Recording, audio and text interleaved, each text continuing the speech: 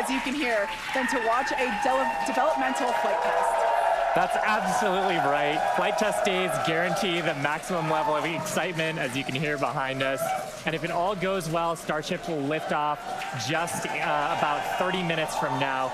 We're hoping to surpass what we achieved in flight test number 2 back in November of last year. But regardless of today's outcome, the goal is to collect as much data as possible, and that'll help us get one step closer to a fully operational Starship. Now, Starship, which you see on your screen, is the latest and largest vehicle developed to date by SpaceX and in the world ever. Compared to Saturn V, the rocket that first took astronauts to the moon, Starship has more than twice the thrust, and with some upgrades that are planned for the future, it'll have 3 times the thrust. Starship will allow us to fly the heaviest payloads ever flown, land humans on the moon again after more than a half-century, and ultimately fly humans further into space than ever before, even to Mars. But the most important thing about Starship is that it's designed to be a fully, rapidly reusable, reliable rocket, or what we like to call the 4 Rs, and we'll talk more about those later in the webcast. But before we dive into the details of today's test, let's recap the achievements of our last integrated flight test, Flight 2. All 33 Raptor engines on the Super Heavy booster started up successfully and, for the first time, completed a full duration burn during ascent. As you can see here, we saw amazing views of each Raptor engine burning during that ascent, which is something awesome because we don't get to see that with Falcon and its Merlin engines. Now, next, Starship executed a successful hot stage separation, powering down all but 3 of Super Heavy's Raptor engines and successfully igniting the 6 second stage Raptor engines before the vehicle separated. This is the first time this technique has been done successfully with a vehicle of this size and scale. Following separation, the Super Heavy booster successfully performed its flip maneuver and initiated the boost back burn. However, about 30 seconds into that burn, it experienced a rapid unscheduled disassembly, or RUD. That's SpaceX speak for an exciting end to the booster's journey. The likely cause was determined to be filter blockage, where liquid oxygen is supplied to the engines. So we've upgraded hardware inside the oxygen tank to improve filtration capabilities in our boosters, including the one that's out on the pad today. Vehicle breakup occurred more than 3.5 minutes into the flight, about 90 kilometers over the Gulf of Mexico, so well away from people. Now, on Starship, the 6 second stage Raptor engines all started successfully at separation, and everything was going normally in the ship's climb to space until about 7 minutes into the flight, when we began a planned vent of excess liquid oxygen propellant.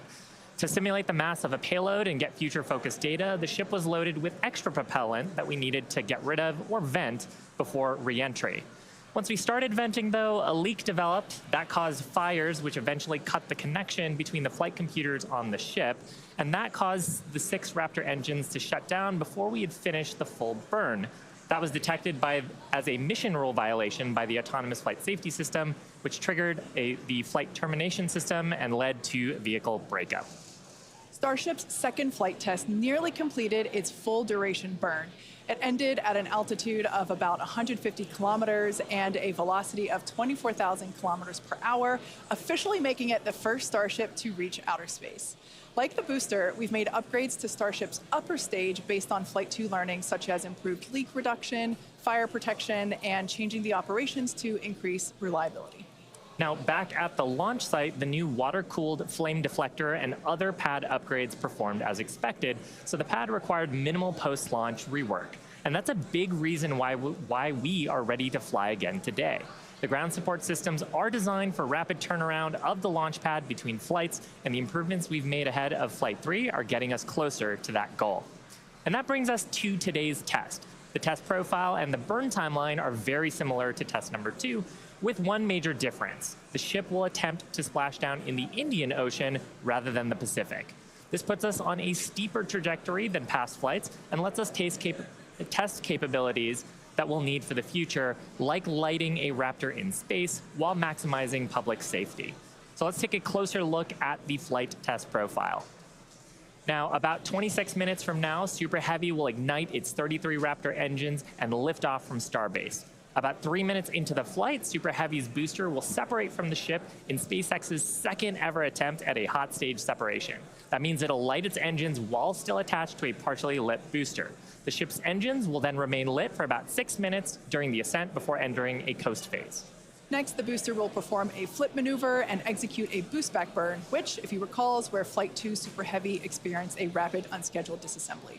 We're hoping hardware upgrades made for this flight will get the booster closer to executing a landing burn in the Gulf of Mexico. In the meantime, Starship will coast for about 30 minutes at altitudes between 150 and 235 kilometers, and the ship will attempt to fire a single Raptor engine for our first ever relight of a Raptor engine in space. And from there, the ship will head toward its destination, splashdown location in the Indian Ocean. Again, if we get past a successful stage separation and a full ascent burn with the upper stage, it will be at an added altitude and trajectory below orbital, meaning Starship won't have to fire its Raptor engines for a deorbit burn, and it will naturally come back into the atmosphere no matter what. Now, meanwhile, the Super Heavy is going to attempt a landing burn before splashing down into the Gulf. And while we are going to practice a landing, we aren't planning to recover any of the hardware from Super Heavy or the ship on this flight. Now, with the exception of Falcon, this is no different from what happens with most rockets flying today that are expended or fall into the ocean after they complete their mission. Eventually, though, we will land and recover Starship boosters and ships, just as we do with Falcon 9 and Heavy boosters, where we've recovered 283 to date. Starship's rapid reusability is key as we begin missions to the moon and beyond. Even though recovery is not planned, the telemetry and data we receive all the way to the end is what we're looking for, particularly with regard to the ship's temperatures during reentry and how the heat shield will perform. The data that we gather today, of course, will help us continue to build a rapidly reusable Starship for the future. Now, much like our first 2 flight tests, today also still just a test. Our goal is to gather data to continue iterating and ultimately improve Starship. That's exactly right. The primary goal for Flight 1 was to clear the pad, and we did that and got a lot of great data that helped us improve the vehicle and the pad infrastructure that you see today. The primary goal of Flight 2 was to get all the way to stage separation, which we did, and even got a little extra. For Flight 3, we've added some ambitious tests highlighted by an attempt to transfer several tons of propellant between the tanks inside Starship itself, as well as the first ever relight of a Raptor engine in space and the opening and closing of Starship's payload door. When Starship takes astronauts to the lunar surface as part of NASA's Artemis program, it will be refilled in space by a Starship tanker spacecraft before boosting itself into a lunar orbit, like you see here. Transferring a large amount of cryogenic liquid in space has never been done by anyone, ever. So we'll be looking to get data on some of the fundamental physics in play here, like managing pressures, temperatures, propellant settling, all as we prepare for eventual ship-to-ship transfers. The ability to refill Starships once in orbit will be critical for landing on the moon and is a key technology for enabling deep space exploration and ultimately flights to Mars. Now, we're also attempting the first ever relight of a Raptor engine in space, and we'll need that capability for future in-space maneuvers and deorbit burns. It's important to note that what we'll attempt today is not a burn required for Starship to re-enter on today's test. We are intentionally flying this new steeper trajectory so we can test things like engine relights without substantially changing where we expect to splash down. And if Starship manages to make it all the way to re-entry, we will collect valuable data on the vehicle as it flies through the Earth's atmosphere at hypersonic speeds, or more than 5 times the speed of sound. We expect it'll look something like this animation on your screen with the heat shield tiles facing down. We'll use the Earth's atmosphere to brake the vehicle and then get us into a controllable regime as we go towards splashdown. Now, we did validate Starship's ability to fly and land at subsonic speeds during our suborbital flights several years ago, and gathering data on the aspects like heating and vehicle control while we're traveling way faster will become critical to eventually bringing Starships back from space for rapid reuse. We'll also attempt to open and close Starship's payload door for the very first time, a capability that we'll need when Starship starts flying our next generation Starlink satellites. And there you can see an animation of what that will look like as the satellites are deployed one by one through a slot near the top of the spacecraft. So at this point in time, we are approaching T-minus 21 minutes until liftoff. Let's check in with Dan for a countdown update. Hey, thanks, Kate. Hey, everybody. I'm Dan Hewitt. Good morning. Welcome to Starbase. I'm coming to you from the Raptor's Nest, where I'm here with some of our flight controllers, also our Pad Red team. We're just behind the Mega Bay. Those are our Super Heavy boosters right behind me, getting ready for the next 4 flights after this one. So we're looking to launch a lot this year. Countdown has been pretty clean so far. We're not tracking any issues that are gating us on the hardware side and the vehicle side from that on-time liftoff at 8:25 a.m. Central Time. That's our T0 right now. We primarily shifted later as we were just working to clear the range. The other big watch item today is going to be the winds. The winds have started to pick up. We're still looking to be below our limits, but there could be a hold at T-minus 40 seconds just to make sure that the winds are acceptable before we go. We are actively loading propellant on board the vehicle. You can see by the frost line starting to build up. Looks like we're about 80% on the ship main tanks right now and a little over 60% on the booster. Now, Starship uses liquid methane as its fuel, liquid oxygen as its oxidizer. Both of those get cooled down to cryogenic temperatures, so several hundred degrees below zero. And if you followed along with our previous 2 flight tests, the prop load timeline today looks a little bit different. Those first flight tests, it took us about 90 minutes to load all of the prop on board. But since the second flight, we made some pretty significant upgrades to make that time shorter. We added some additional fuel and LOX pumps just to increase our capacity. We expanded the number of heat exchangers and installed a dedicated fill drain line for each stage. But they were sharing one before, now they each have their own. That's just that main pathway to get the propellant to the vehicle. We're aiming for about 51 minutes for today's operation to fully load prop. We did that successfully on our wet dress rehearsal that we did recently. Eventually, though, we're trying to get that time down to about 40 minutes. Just for some context, that's about 5 minutes longer than we take on Falcon 9, but we're doing it with 10 times the amount of propellant. Now, the propellant load on ship started at about T-minus 53 minutes, booster right around T-minus 42 minutes.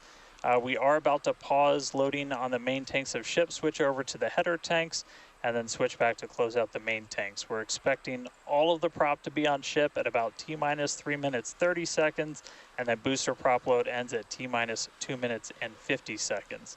Now, our final countdown and startup sequence is going to be the same as Flight 2. We already tested this on this booster when we did its static fire. Looking back for Flight 1, we lit those Raptor engines on the booster and lifted off about 6 seconds later. Flight 2, we reduced that time by almost 2 seconds. That just helps reduce the stress on the ground systems, improve the efficiency of the rocket. But right now, we're just about to pass 18 minutes away from launch. Winds, again, they're still looking a little bit marginal, so we'll keep an eye on those. We're not working any other technical issues, and the range is expected to be green. If we can't make our test today, we have backup launch opportunities in the coming days. Could be 24 to 48 hours, all just depends on how far we get into the count. So check back in with everybody in just a little bit. For now, though, I'm going to send it back to Kate and Shiva out at Hawthorne. Thanks, Dan. The countdown is continuing to progress, so let's take a closer look at the world's most powerful launch vehicle ever developed. Starship is comprised of 2 elements, the ship, which has 6 Raptor engines, and the Super Heavy booster, which has 33 Raptor engines. Starship is capable of about twice the thrust of the Saturn V rocket, and with future engine upgrades, it will actually be 3 times more powerful. Now, with those future improvements, that'll allow Starship to carry somewhere between 150 and 250 metric tons to orbit, depending on the configuration. For reference, Falcon 9's heaviest payload to date is just over 17 metric tons. So at Starship, we're talking about an order of magnitude greater in terms of payload capability to orbit. And that matters because the amount of mass we're able to launch per rocket is critical to creating a self-sustaining city on Mars. In terms of size, the Super Heavy booster alone stands about 71 meters or 233 feet tall and is about the same height as a fully integrated Falcon 9. The ship stands about 50 meters or 160 feet tall. Stacked together, the booster and the ship are by far taller than the Statue of Liberty, which stands at 305 feet tall with its base. Stacked together, Starship is 396 feet, so quite a bit taller there. Now, Starship's first stage has a diameter that's about 2.5 times that of Falcon 9, and we've got those 33 much larger Raptor engines, this great view of the launch mount looking up at those engines, and we need them to power through the Earth's atmosphere and gravity to deliver those massive cargo and payloads up to space. Moving up the rocket, Starship is designed for vertical takeoff and landing on any hard surface, and that's as opposed to taking off and landing on a runway as aircraft do. And that's important because there are no runways on the Moon and Mars where we're going. The ship, which we're looking at now, features 6 Raptor engines. 3 of them are sea-level engines, 3 of them are vacuum engines. That means that those vacuum engines are optimized with a larger engine nozzle to operate in the vacuum of space and get us higher performance. The ship is also outfitted with 4 flaps to help aerodynamically control the vehicle's attitude during atmospheric flight and enable a precision landing. The body of Starship is also wrapped in a heat shield made up of 18,000 hexagonal ceramic tiles. Those are designed to insulate the vehicle during atmospheric entry, where temperatures can be as high as 2,600 degrees Fahrenheit. One of our test objectives today is to verify how Starship systems and thermal protection system tiles perform during reentry. And in between the first and second stages is our hot stage, which is critical for our newest separation technique, which we saw in action during flight test 2. Yeah, that was a pretty exciting first for our team. Hot staging had never been done before as part of a reusable space transportation system, let alone on a vehicle with the size and power of Starship. Now, at about liftoff plus 2.5 minutes, the booster shut down most of its 33 engines, leaving just 3 of them running, and then the ship simultaneously ignited all 6 of its engines. Some clamps separated, and the ship thrusted away. That was the first in-flight test of the heat shield, and we were able to gather a ton of valuable data about hot staging. We maximize the vehicle's performance by leaving 3 first-stage engines on, so gravity can't rob us of precious velocity, or at least not as much. Hot staging also helps to ensure the ship's liquid propellants are at the bottom of the propellant tanks, which is where we need them to be in order to quickly light the ship's engines. It also reduces risk at stage separation because it creates a passive staging system so that physics will be doing the work instead of mechanical parts pushing the 2 stages away from each other. Ultimately, hot staging could increase Starship's payload to orbit capacity by 10%, which directly translates to more payload and more people to the Moon and Mars. Now, the first stop will be the Moon, and the SpaceX team has been hard at work proving out all of the systems necessary to make that possible. Critical systems for propulsion, life support, and even the elevator that you see here, which will take crew and cargo from the Starship hatches down to the lunar surface, are currently in development. And the data that we gather from each test flight helps along with everything it takes to build a moon base. There's so much to look forward to. It's incredible that humans are finally going back to the Moon. You couldn't have said it better, Kate. And the Moon is just the proving ground. It's just the start. When the time comes to make the leap to Mars, everything ramps up by orders of magnitude. The logistics of supporting an entire city on Mars are daunting and will require millions of pounds of cargo flown from Earth and spread out over thousands of launches. And today's flight test is one more step toward that ultimate goal. We're currently at T-minus 11 minutes, 47 seconds. Let's check in with Dan once again for a countdown update. Hey, Kate. Still good news from down here at Starbase. We're not tracking any technical issues that are going to block us to a launch. Our T0 time still holding to 8:25 a.m. Central, so just about 11.5 minutes from now. The real thing we're going to keep an eye on is the winds once we get there. We do have that potential hold at T-minus 40 seconds where we can hang out and either let winds die down, make sure we're in the right structural limits, everything like that. So don't be surprised if we do a hold at T-minus 40. We've done those on previous flights, but we are not tracking any technical issues. The range is going to be green for launch, so all that really great news. We're still loading propellant on the vehicle, on the ship. We're just about done loading the header tanks, the 2 smaller tanks in the top, and then we'll go back to the main tanks. They're about 85% full, and then booster, both fuel and LOX over 80%. So looking good there. The launch pad itself is getting ready for liftoff. We commanded the booster hold downs open already about 20 minutes ago or so. And then that just means that once that rocket has sufficient thrust to overcome its weight, your thrust to weight ratio goes over 1, it's going to lift off.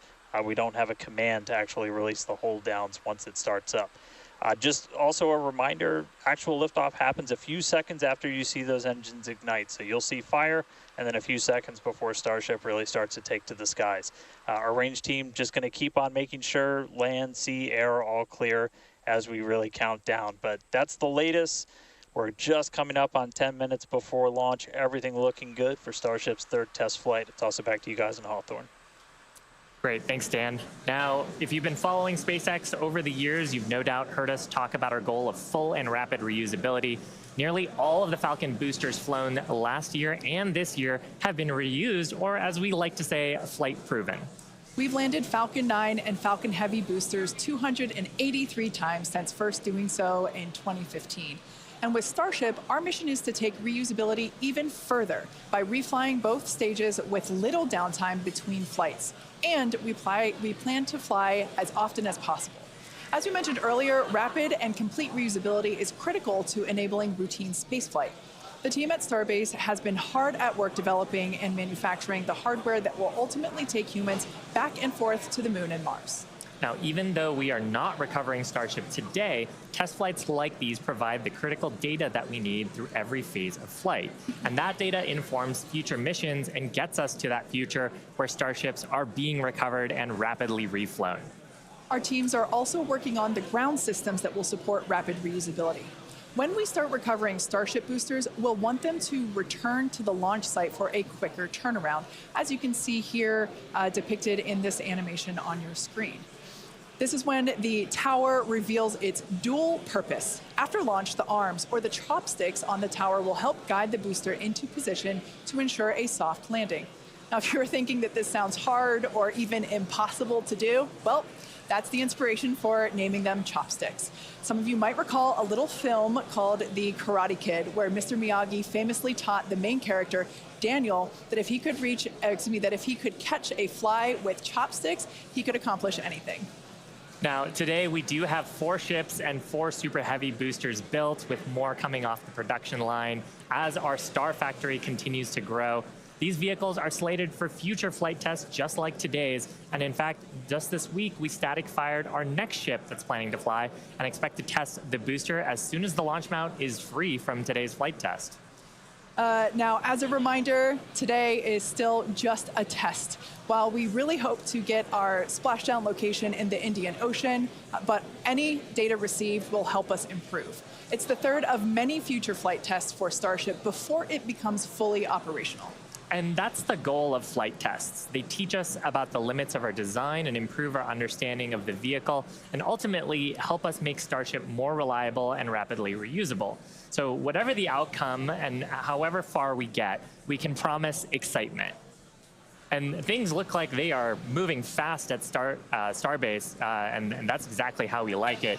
Yeah, Rapid exactly. Iteration is a key of SpaceX. Yeah, we've done it with all of our major innovative advancements, including Falcon, Dragon, and Starlink. We believe that if you're not failing, you're not learning and improving the design. Yeah, many of the innovations that we've developed have come from our failures, and they teach us how to avoid the perils of spaceflight. It's a tough business. But all of this testing, all of the iterative design allows us to make the design better and better to do some of the great accomplishments with reflight that we've had so far. Exactly. One of the examples that we love to talk about is the Dragon capsule, like the one located behind Shiva and I here on the mezzanine. Originally, it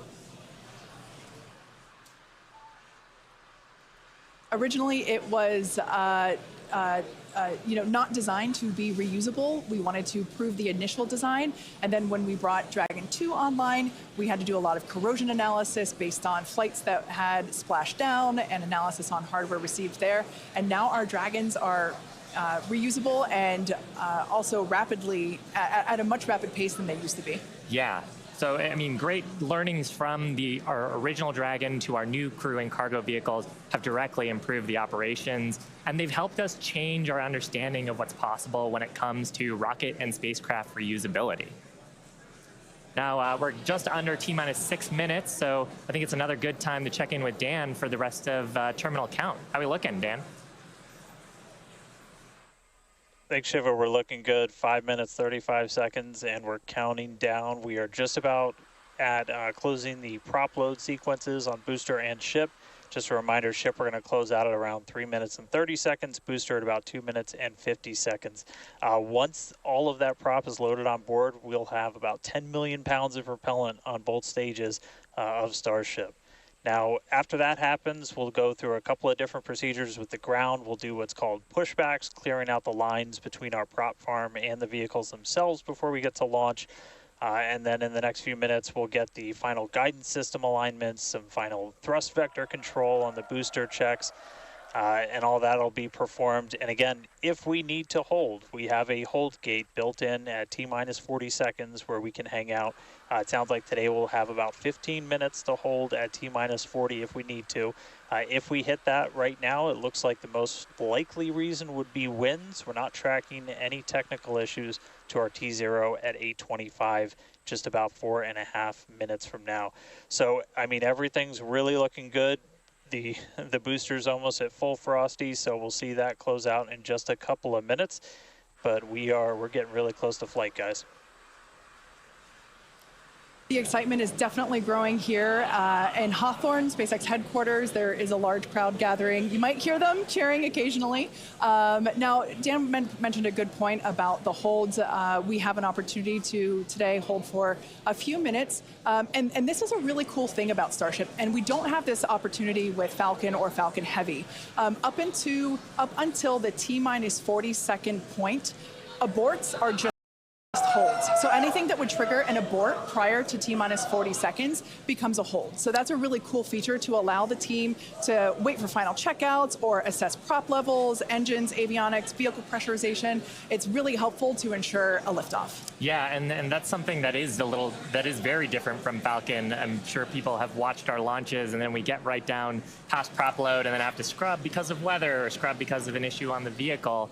And we don't have the same constraints on our propellant and our system with Starship, which gives us more availability in the window. And sometimes that's all you need. Sometimes the winds dip just enough where you can launch the rocket safely. And otherwise, if you didn't have that ability to hold a few minutes, you might miss that window and then have to recycle to another day. Yeah, exactly, which is kind of like today. Like we mentioned earlier, winds are the thing that we are watching, so good news there. So we are still continuing to progress. We're looking at liftoff in just under almost 2.5 minutes from now. Super exciting. Like we said before, there's nothing more exciting than watching a test flight for a developmental program, and that's where we're at today. And like we talked about, we have some really ambitious goals for today's test.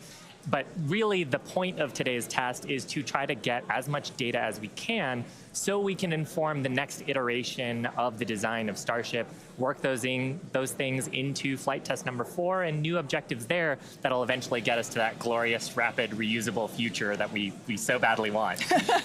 Yeah, for flight 1, we wanted to clear the pad, and we did. For flight 2, we wanted to get through hot staging separation, and we did. So today, we want to get even further than that and collect as much data as we possibly can. So with all that being said, we're going to check back in with Dan to take us through the final 2 minutes of terminal count.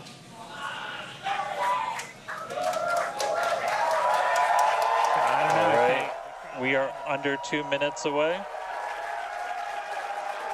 We have closed out the prop load on the booster and on the ship.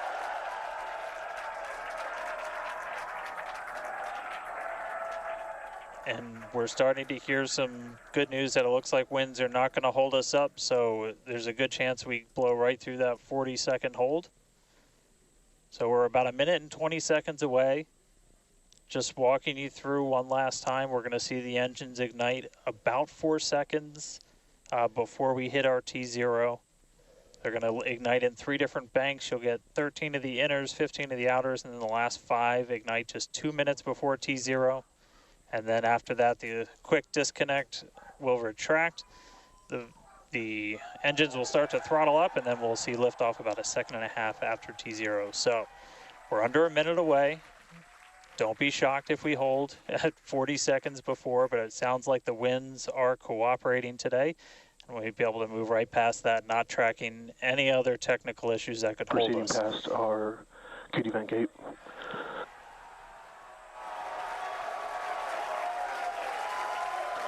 QD vent gate past the 40-second hold. Go for launch.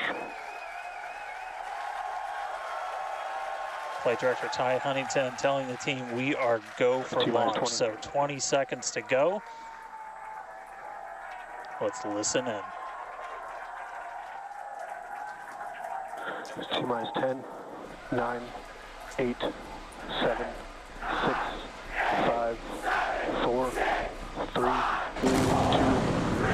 1.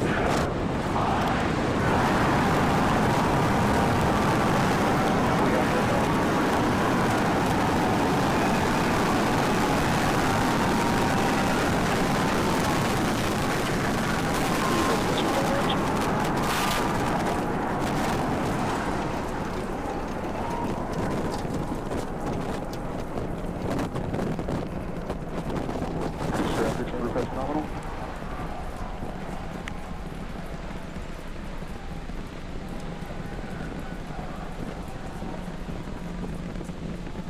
30 seconds into flight, we are feeling the rumble. We are seeing 33 out of 33 Raptor engines ignited on the Super Heavy booster.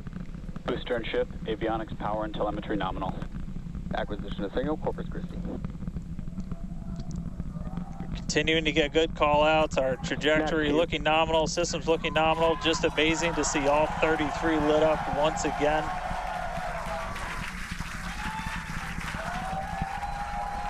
At this point, we've already passed through max Q, that maximum dynamic pressure, and passing supersonic, so we're now moving faster than the speed of sound. Getting those onboard views from the ship cameras.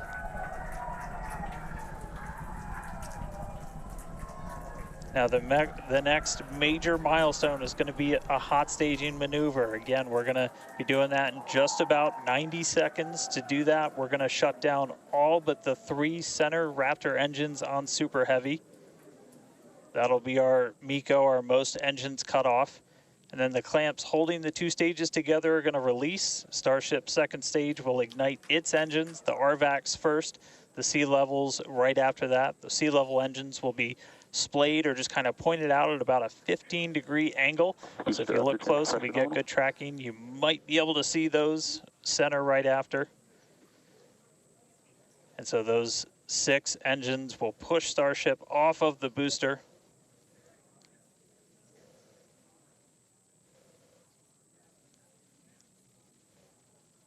All right, counting down now. We're going to be coming up right at around the 3-minute mark on that hot staging maneuver. Again, we'll see the booster engines start to shut down. You'll see all but 3 lights go out in the middle, and then we'll see the engines ignite on ship, pushing it away, and that will start carrying the ship into space. Booster will start to do its flip and then move into the boost back burn, setting it up for eventual splashdown in the Gulf of Mexico. Stage separation.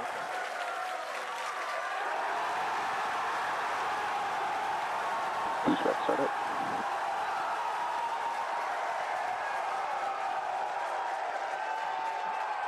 Hot staging confirmed. Booster's now making its way back, seeing 6 engines ignited on ship. Kate, we got a Starship on its way to space and a booster on the way back to the Gulf. Oh man, I need a moment to pick my jaw up from the floor because these views are just stunning. These are live views from Starship. First stage is currently performing the ship avionics, power and telemetry nominal. Good there, news informing us that the second stage or the ship, everything looking good, nominal there. First stage is currently performing the boost back burn, expecting that to last about 1 minute. That boost back burn, pressure is nominal. That boost back burn propels the booster back towards the coast, taking it to a landing in the waters of the Gulf of Mexico. We're only using the Super Heavy boosters, 13 center engines from here on out. As whenever they relight, you'll be able to see that in the left bottom corner. Those are the ones that can gimbal. In other words, they move and change direction in order to change the thrust to steer the first stage back to Earth.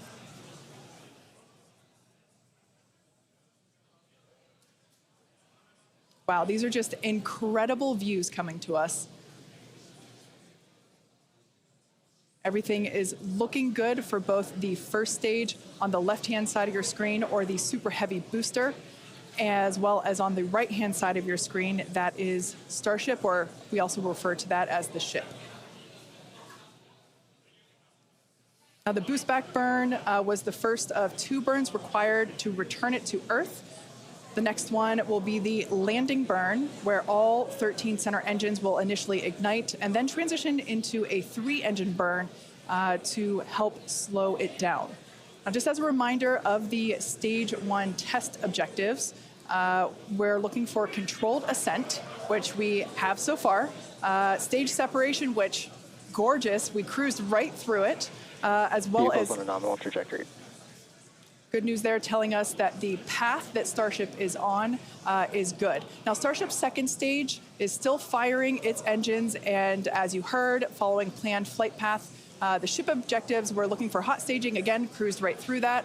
We're looking to demonstrate controlled ascent, as well as orbital insertion. Now, the bottom right-hand corner of the screen shows the ship engine graphics, so be sure to keep an eye on those. Yep, Kate, like this is just a phenomenal test so far. Super Heavy is performing beautifully today. It's on its return leg of the journey. Ship continuing to burn its 6 engines, those larger circles, the Raptor vacuum engines, the inner circles, the Raptor sea level engines.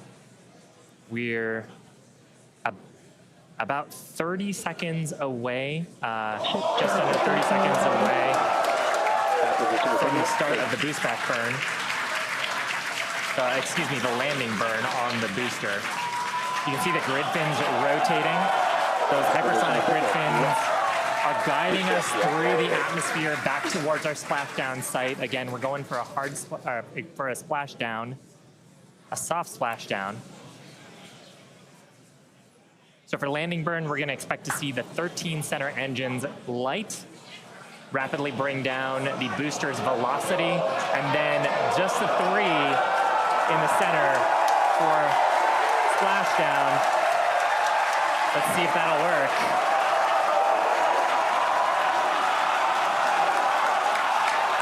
We're getting a few engines.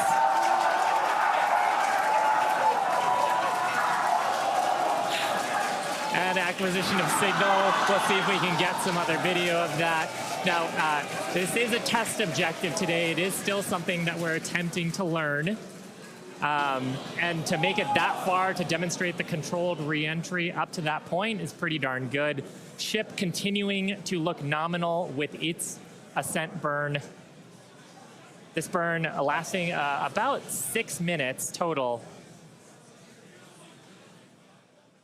And we're expecting that this burn will end just after T+8 minutes, about a minute from now. So far, though, I mean, congrats to the team. Making it this far is farther than we've gone. Absolutely. On Flight 2. Just wonderful views and great engine performance from the vehicles.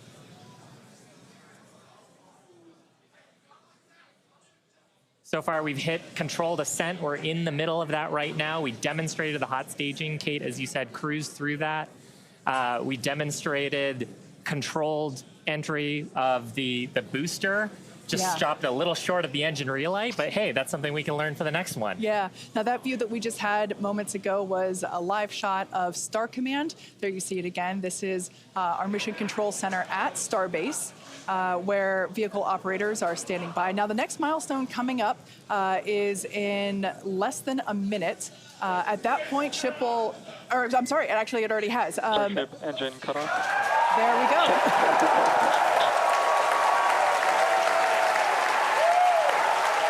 As you heard there, by the call out and from the crowd behind us, Starship's 6 Raptor engines have successfully shut down. We heard a call out for nominal orbital insertion, which is incredible. Look at these views, Dan.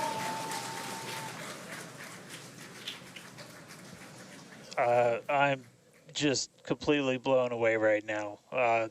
What a day. Congratulations to the entire SpaceX team. I mean, this flight pretty much just started, but we're farther than we've ever been before. We've got a Starship not just in space, but on its coast phase into space.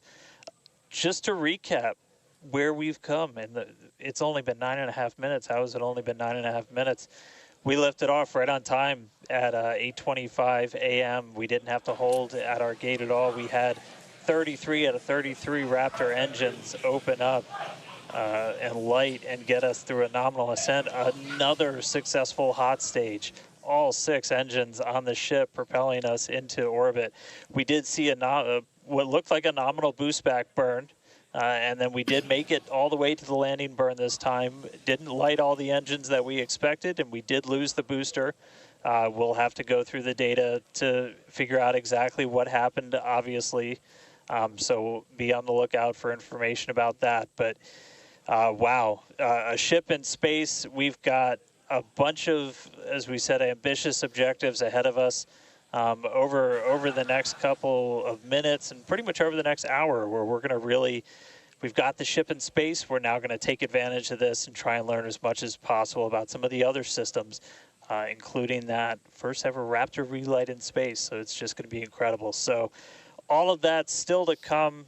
The mission just started, but wow, what a liftoff! What a hot stage! What an amazing sight to see Starship there in outer space. I can't believe we're seeing it in space. This is awesome. Wonderful. Now, we are going to be coasting for the next about 30 minutes or so. We'll be back around the T plus 40-minute mark, and that'll be Starship continuing to coast, hit those ambitious test objectives, and then continue on to re-entry. We're not totally sure what video that we'll get, since that normally comes to us as we overfly ground stations, and we don't have a ton of those along our trajectory. But as we have video, we'll be sure to bring that to you. Starlink may be able to bring us additional communication paths today that will allow us to talk to Starship through re-entry with no communications blackout period. It's a possibility, but either way, we will be live for all of today's milestones. And of course, when we do have views, signal, Puerto Rico. especially like the ones that we have now, which I just cannot get over. When we have views, we will be sure to bring those to you live. But no views or no views, we'll see you back here at T plus 40 minutes. Pez door is opening. And there we just heard call it that Pez door is opening, so that's great. First test. Yeah. One of our test objectives today is to open and close that Pez door. That's where we will deploy Starlink satellites from in the future. So great news there that test objective is already underway. So come back here, stick around till T plus 40 minutes for coverage of Starship's deorbit burn demonstration, followed by its reentry and what is sure to be an exciting splashdown.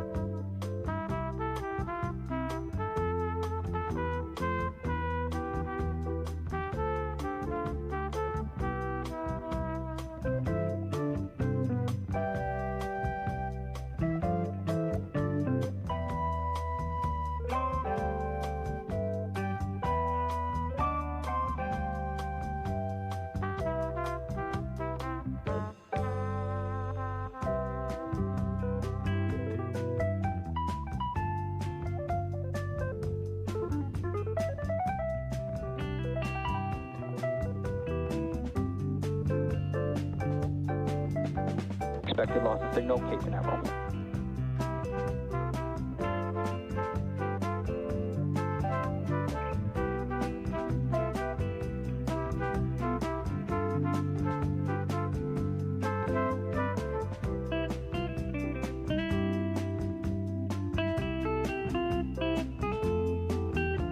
Pez trigger.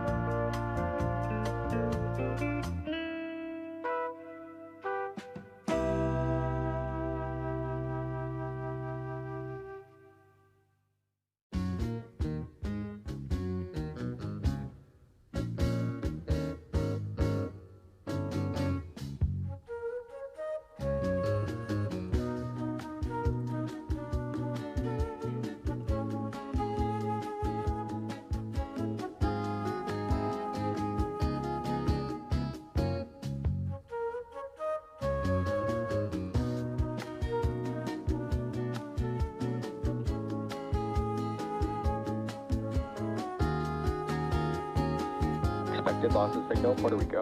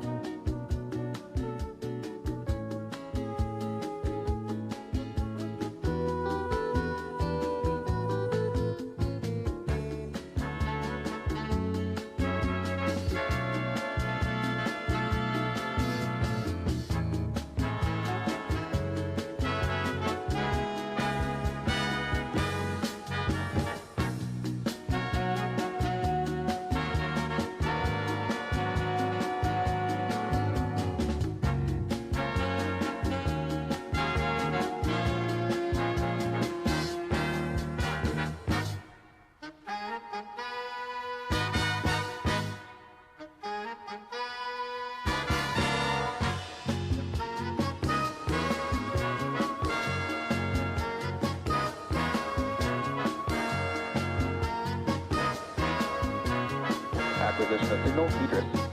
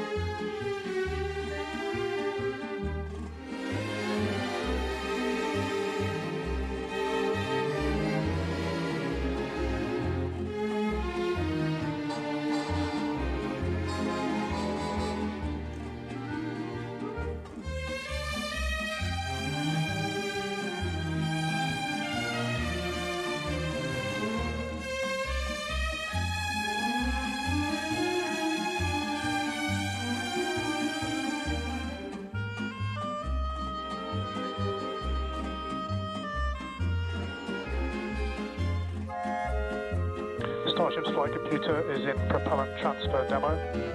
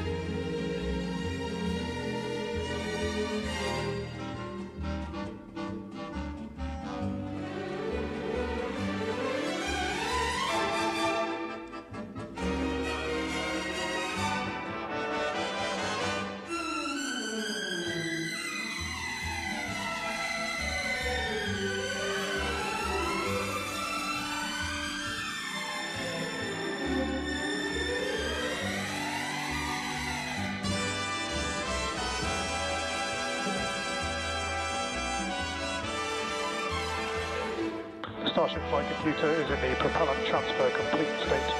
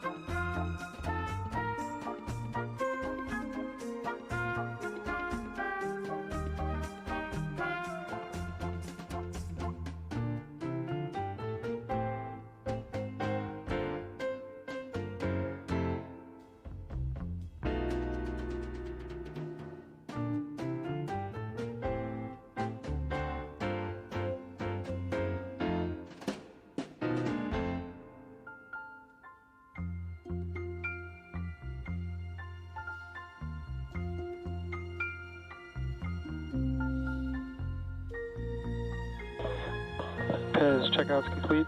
Door is closing.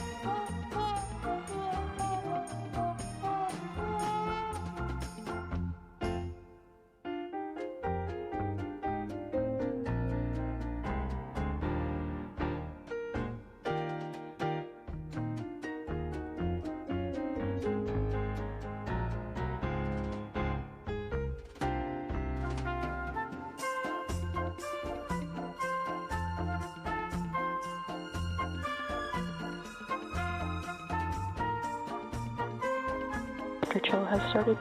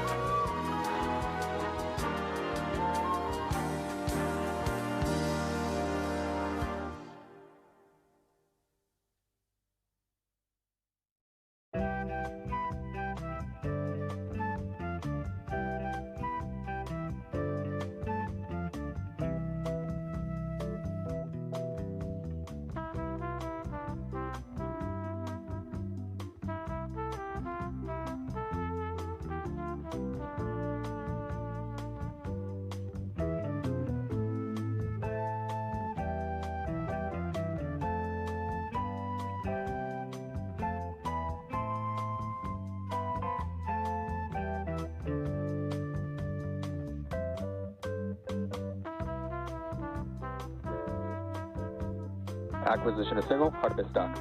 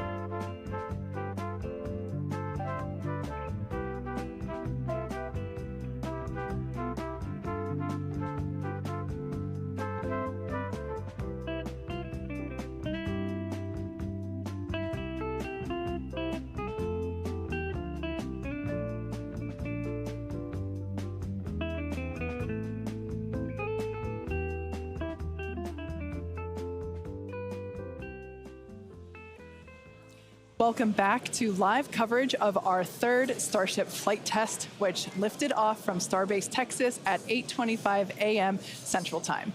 Our main objective today was to get through all of our ascent burns and collect as much data as possible, including a potential Starship entry. And we just came out of a coast phase and were treated to a number of HD views thanks to Starlink, including the PEZ door open-close test. So that was one of our test objectives today that we met. So that's awesome. It has been such a great day. It has been a phenomenal test day. Just to see booster lifting a Starship to ascent, ship completing its ascent.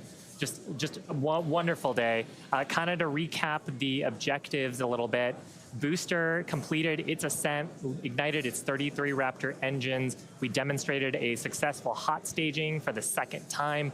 Booster completed the boost back burn, didn't quite accomplish the landing burn, and then had a hard splashdown in the Gulf.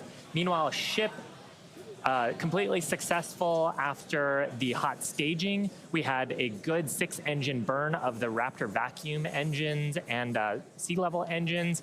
And then we've commanded a number of demonstrations, including the Starlink satellite deploy demo, so the payload door, as well as a prop transfer demonstration. We do still need to do some data review on those, so as we get that data back, we'll be sure to update you on social for how those tests went. We are coming up on our next major milestones, which is an in-space relight of our Raptor engine for the first time, followed by re-entry and then landing in the Indian Ocean. Incredible. Yeah, that's right, guys. We should be just about 40 seconds away, 40 or 50 seconds away if we do this relight demo. Do want to stress this is not a deorbit burn. In fact, it's actually going to function a little bit opposite of a deorbit burn. We're going to be raising our perigee with this burn, or the lowest point of our orbit. This is just to demonstrate that we can relight a Raptor engine on ship while it's gone through a coast, while it's in outer space, while it's in microgravity, all of the different complexities that come with lighting this engine again after it's already done an ascent burn, but you're now coasting through space.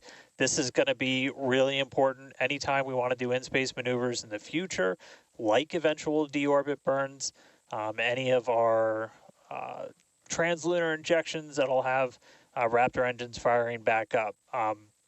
We may not do it. There is, all of the guidance is loaded into Starship's computer itself, so if it doesn't see the values that it needs to, we could just skip the burn. So we are waiting to find out if that's going to happen or not. If it doesn't, as we said in the beginning, we're on a pretty steep trajectory that we are coming home no matter what, regardless of doing a burn.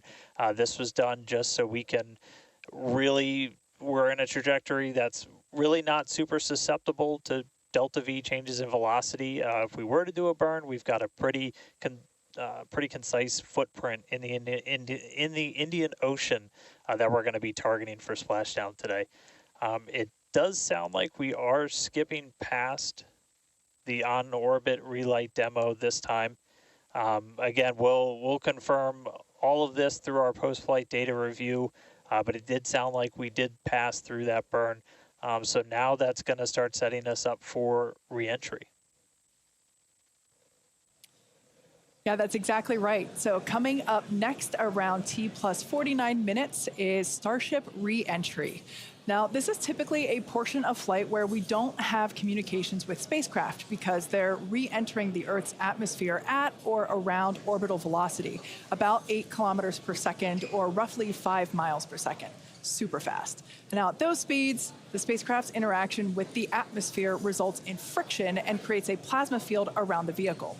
That blanket of plasma distorts communication frequencies, so we're basically left with a brief communications blackout. Now, we might get some telemetry back through a connection to the Tracking and Data Relay Satellite System, also known as TDRS. But if the plasma doesn't entirely block it, that connection will be at a very slow data rate and definitely too slow for any video. But that's why Starship and Starlink are a great partnership. Starship is so big that it will leave a wake or a hole in the plasma field as it flies through an atmosphere. You can think of a wake kind of like when you see a boat going through the ocean. It sort of leaves a trail behind it.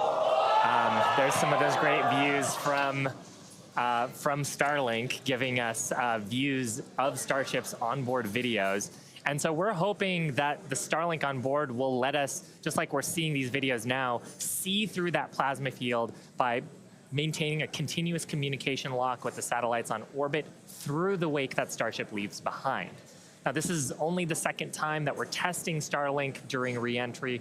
So even though we do have these great visuals now, don't be surprised if we manage to get some signal hiccups through. We're still learning about what that wake will actually look like in practice and whether we're able to get that live, continuous, high-speed data during re-entry.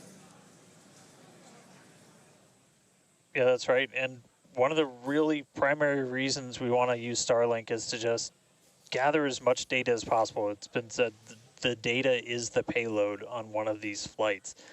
Where we're putting this flight hardware in a real flight environment, trying to learn about it as much as possible. Re-entry is going to be a really critical phase of flight. We really want to know how the ship's going to perform, especially that heat shield as we're going through the hypersonic re-entry. So if something were to go wrong during this re-entry, we want as many paths as possible to collect that information, that data, just to, again, just continually feed back into the Starship program to make each flight more reliable, more successful. Acquisition signal, Mauritius.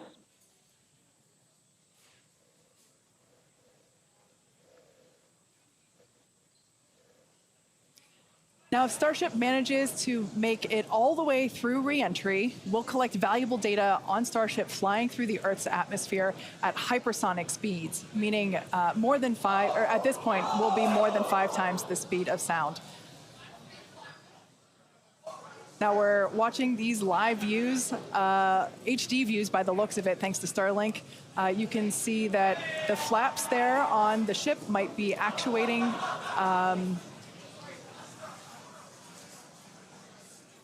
Certainly some incredible visions of planet Earth behind Starship.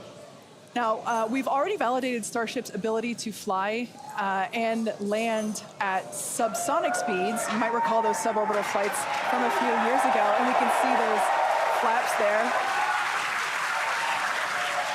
So getting data on aspects like heating and control while traveling way faster than we did before is going to be critical to eventually bringing Starships back from space for rapid reuse. So I mentioned those flaps. That's one of the things that enables Starship to help control itself and survive the heat of reentry, which, like we said before, we're expecting that reentry to occur around T plus 49 minutes.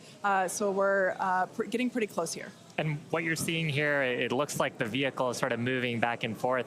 Part of what you're also seeing is one of the cameras, this onboard view that we have, is on the end of a flap. Starship has front flaps and rear flaps in the vehicle. So we've got 4 of those. And oh man, we can see the heating on those flaps as we're starting to re-enter the Earth's atmosphere. This is where the Earth's atmosphere is doing the work to slow us down. Now, like we said, this plasma field is, wow, what a view. We hope to maintain these views throughout. Starship is so big that we're hoping that the plasma field doesn't entirely blanket the entire vehicle.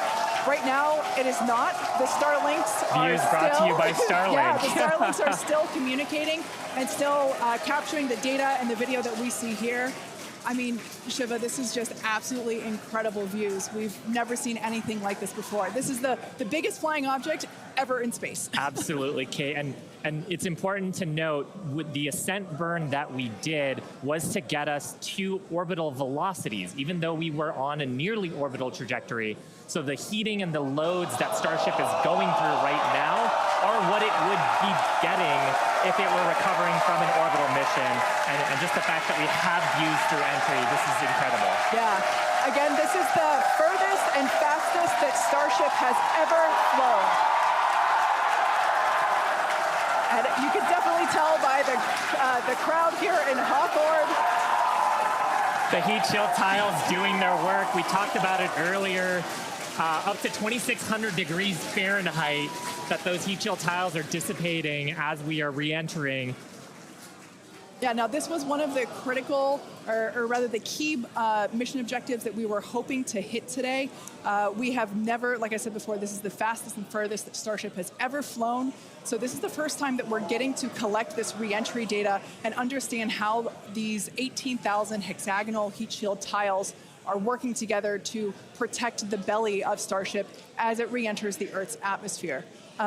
Once again, the atmosphere is doing us a big favor here by 80 kilometers altitude. the atmosphere is actually doing us a huge favor here by acting as a braking system for Starship as it re-enters the atmosphere. And that's part of the reason why the flaps are so important. We're using the body of Starship and the drag from the atmosphere to slow us down from orbital speed, but you want the vehicle to remain stable. You want those heat shield tiles pointed down so they can absorb the heat of the Earth's atmosphere. And so that's the purpose that they are serving during the hypersonic phase and then again during the subsonic phase. Absolutely.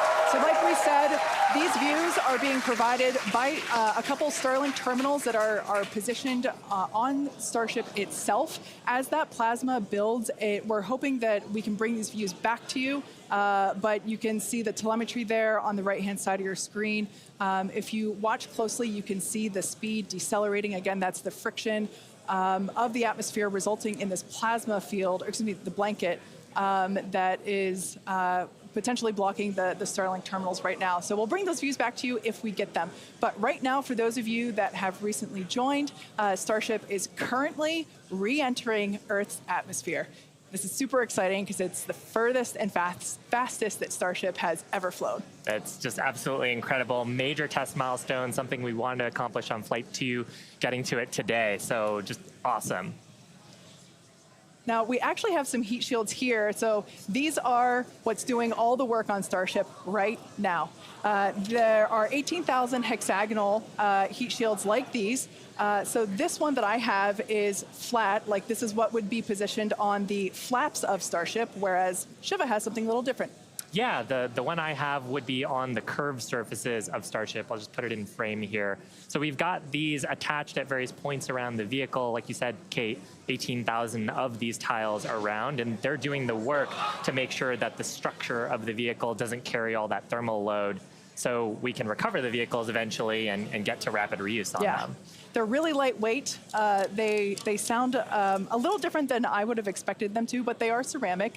And these are what's helping Starship survive through this period of entry. We're not sure how far we're going to make it. Again, this is the furthest that we've gotten in our test flight, but the further we fly, the more data that we can get, and that's ultimately the measure of success here, which, I mean, I think today has been a huge success given where we've gone and how much further we've gotten with both the booster and Starship itself. And one of the beautiful things about Starlink on board the vehicle, we were getting that high-speed video. High-speed video is a very high data rate, and usually video comes after you get your telemetry. So hopefully we were able to get some wonderful data throughout the entry period, which is normally something we have to wait for. until after splashdown when we get that data off the data recorders. Yeah. Now, you mentioned before the flaps. Again, that the flaps are protected by the flat heat shields like I have. There are 4 of those positioned on Starship, 2 at the forward end or the top end, and 2 at the bottom or aft end. And they operate independently to aerodynamically control the vehicle's attitude or positioning during atmospheric flight and enable precise landing at the intended location. So today we are intending to splash down in the Indian Ocean, and we're hoping that we can make it that far, but regardless, it is an exciting end to what has been an exciting day. Absolutely, and I mean, we've had some tests in the past. We had suborbital campaigns where we have tested out the aerodynamic flaps at subsonic speeds, so that's below the speed of sound. At hypersonic speeds, well, supersonic speeds first, so faster than the speed of sound, and then hypersonic speeds, so that's more than 5 times the speed of sound.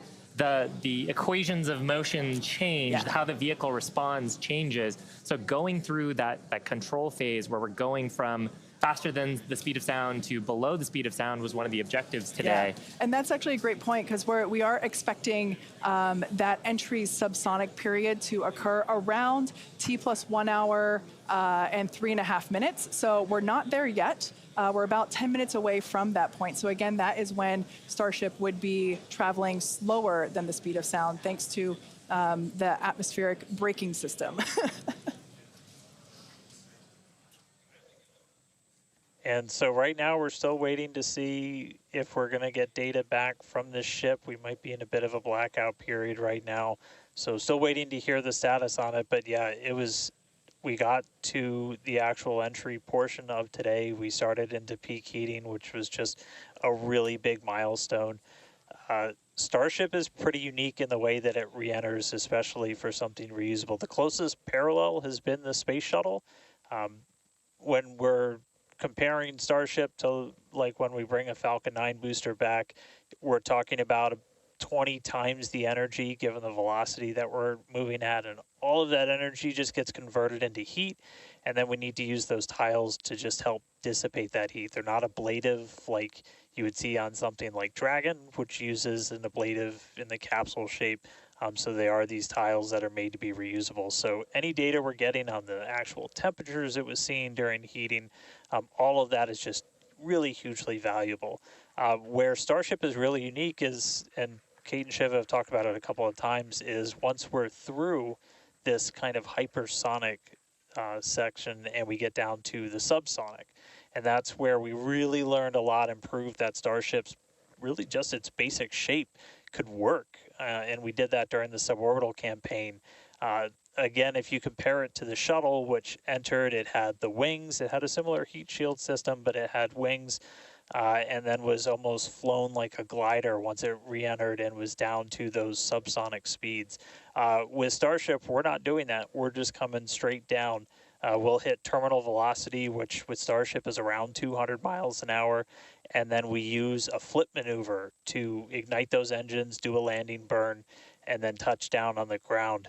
So you don't need a runway.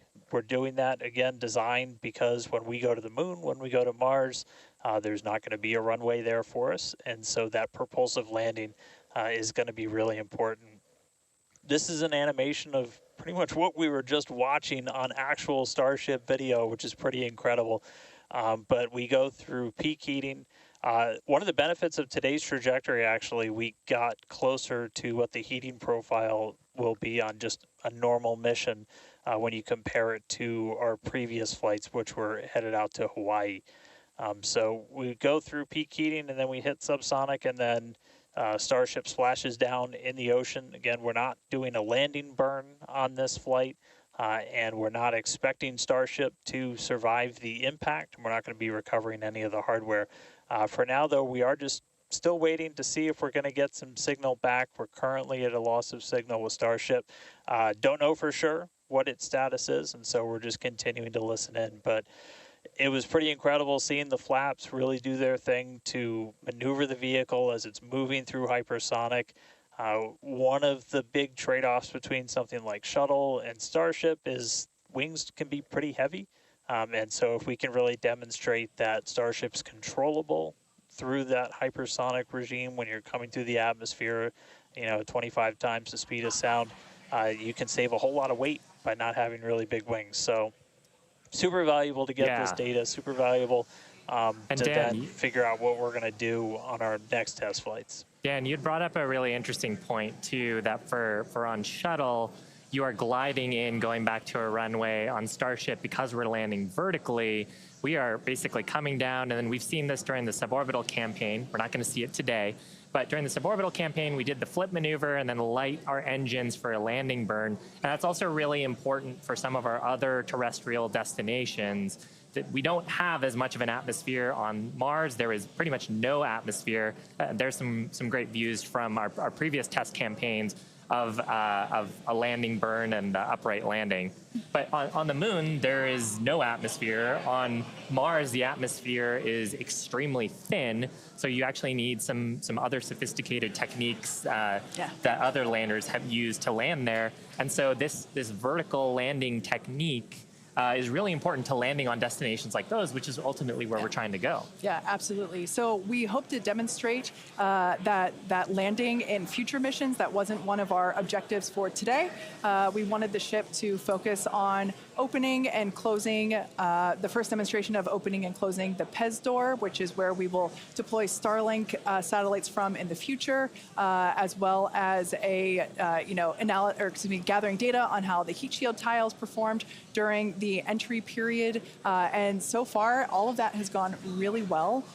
So overall, it's been pretty great, and it's great to see how those initial tests that we performed a couple years ago for those high altitude tests allow us to see what those will look like in the future. But this piece that we're doing today of, okay, if we are coming back from orbital velocity and we're going through that entry period, that is the missing piece, right? We already figured out how to land once the ship gets to a certain velocity or altitude, and it's really this piece that we were trying to figure out today. How do we get Starship to survive orbital velocity atmospheric entry? And we hope to find out soon. Yeah, I mean, we talked about rapid iteration and how we do design. Part of our philosophy is testing early and often and trying to test in a way that is as flight-like as possible.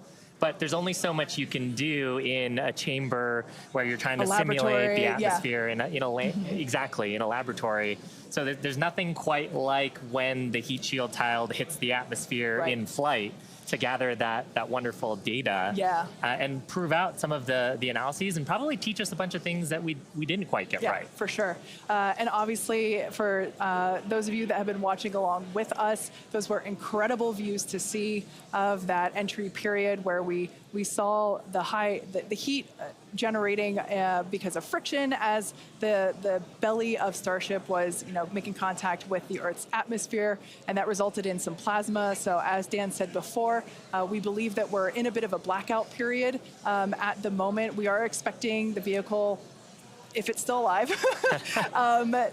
we would be expecting the vehicle to be approaching subsonic or slower than the speed of sound speeds in 3.5 minutes from now. So if it's still up there in one piece, it still has a way to go. We're not there just yet. But we saw that plasma field building up around the exterior, which can blanket the entire vehicle, as it does with all of our Dragon missions, and we're at a loss for telemetry at that point in time. Yeah. So Dan's seen a lot of those with Dragon missions that he's supported. Yeah, absolutely. And we are hearing through some of the telemetry that it did look like we lost Starlink and our TDRS data flow at the exact same time. Now, if both of those signals are cutting out at the exact same time, that could mean we lost the ship. It has been several minutes since we've gotten any data from Starship. We are waiting just a couple more minutes just to see if we can get any additional confirmation, but that is one data point that we're tracking, and that could indicate that we had a loss or a breakup of the ship during that re-entry. So might not make it all the way to splashdown today, but we were able to get through the early phases of re-entry, hit some of that peak heating, which was just really incredible to see a Starship coming back from space after getting all those views from space for the very first time. So we'll just keep on listening in on the loops here, see if we hear anything over the next couple of minutes, and that might bring a close to a pretty successful day so far. So again, we did lose the TDRS. That's the tracking and data relay satellite. That's the satellite system that pretty much every spacecraft operating in orbit right now will use to get data. We were able to get some signal through that, and then we were also getting data back through Starlink. Live view here of mission control down at Starbase. So these are all the folks who are experts on the various different systems, taking a look at the live data that we did have. Probably in mission mode still, Yeah, but absolutely. It would be so tough to stay focused with what an exciting day we've had today. Yeah, to quote Monty Python, I'm not dead yet. We don't know, as Dan said. We did lose connection with TDRS, which is the tracking and data relay satellite system, and Starlink at the same time. So it is a realistic possibility that we lost Starship, which honestly was always on the table. We didn't know how far it was going to get. The further we could fly and the more data we could collect was always the biggest win. And so regardless of, if we did lose the vehicle and we are not able to, make it all the way to our intended splashdown, note that we weren't intending to recover this vehicle, either vehicle, the Super Heavy booster nor the Starship. We weren't intending to recover either of them. They were both going to basically hit at terminal velocity and break up upon contact with the surface of the ocean.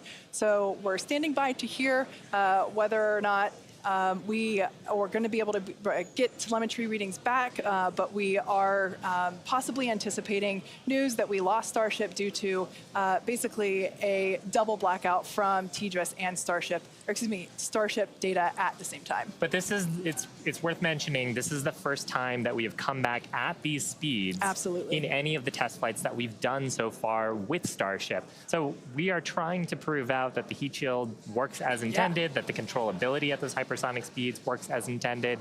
So if we were able to get back any data on that, that means the next version, what happens on flight 4, 5, 6, is going to be better. We must be able to get some because we saw incredibly gorgeous high definition views of that entry period whenever it was initially starting. So we must have gotten some data today there. has been otherwise a phenomenal day. Incredible. Liftoff on time, full ignition of all of the boosters, engines, successful hot staging, and then ship took it from there. Yeah, absolutely. We were able to see the ship actually make it further as well as the booster. We were hoping that the booster would perform a soft water landing, but we lost it during just before it was able to ignite the landing burn. But the ship continued on. We saw all six Raptor engines on the ship ignite and then shut down for second engine cutoff. And we saw some amazing views as well, and it's just been certainly a day that I will be taking many screenshots and using them as my computer desktop background for, well, until the next Starship launch. When we get even better views, I'm sure. Exactly. And we also hit a number of our other ambitious test objectives. We had a chance to at least initiate the commands for a propellant transfer demo within the vehicle. This is something that Starship's going to have to do in the future, and these sort of transfers haven't been done at this scale before, so that's a first as well. We also were able to demonstrate that the payload door functions. And we got to see that, yeah. Yeah, and so those commands were sent. Again, data review to come and make sure that everything performed as expected, but that's going to be critical to deploying payloads in the future once Starship becomes operational. So a number of test objectives hit, much more accomplished than Flight 2, and making steady progress towards a fully, rapidly reusable, reliable Starship. Absolutely.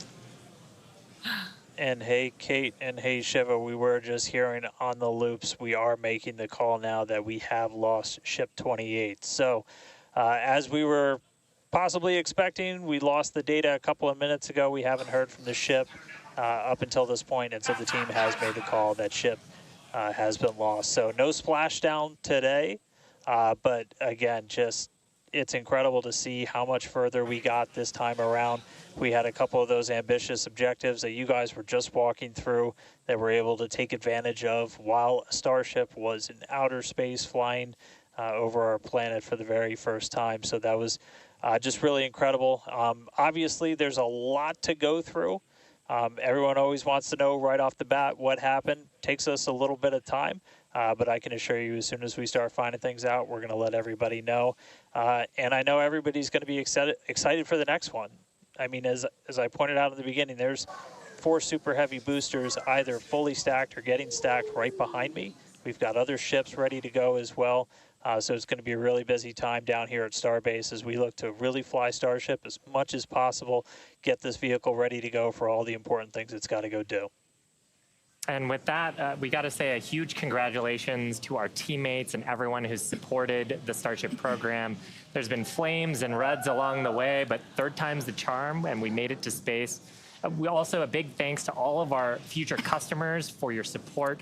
And we want to give a big thanks to the people of Cameron County, Texas, for their support, as well as the Coast Guard and the Federal Aviation Administration. Be sure to follow the SpaceX account on X for more updates from today's test flight and future Starship tests. But before we go, we want to wish SpaceX a very happy birthday.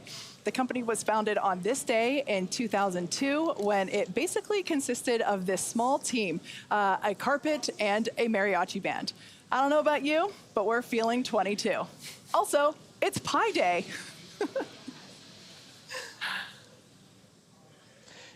Yeah, but I mean, Pi Day is constant and never ending, so shouldn't every day be Pi Day from now on?